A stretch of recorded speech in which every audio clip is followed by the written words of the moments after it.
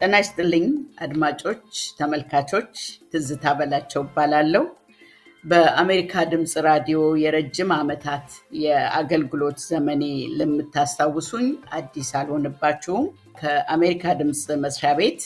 አሜሪካ ጋዜጠኝነት ሙያ ልምድ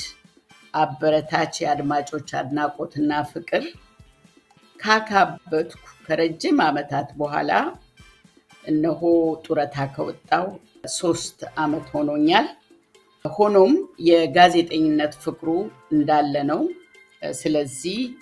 ያቅሜን ለማበርከት ወስኛለሁ በተለይም ከዳያስፖራ ሚዲያ ኔትወርክ ጋር በመተባበር በዓለም ዙሪያ ሰፍሮ የሚገኙ ትውልደ ኢትዮጵያውያንን ታሳቢ ያደረገ ሳምንታዊ ፕሮግራም ላቀርብላችሁ ዝግጅት ላይ ነኝ ስለዚህ ከኤፕሪል 24 በፕሮግራሙ በየመስኩ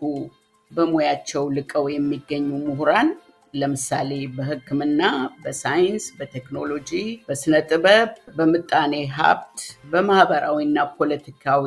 መስኮች የሚገኙ ኢትዮጵያውያን ልምዳቸውን ለተመልካች ያካፍሉበታል በዝግጅቱ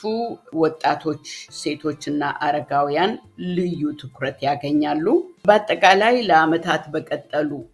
የኢትዮጵያ ፖለቲካ ቀውሶች ምክንያት ከሀገራቸው ተሰደው በባዕድ ሀገር የሚገኙ ትውልደ ኢትዮጵያውያን ገጠመኞቻቸውን መከራቸውን ድላቸውን ያካፍሉበታል መድረክ ይሆናቸዋል ብዬ ገምታለሁ ስለዚህ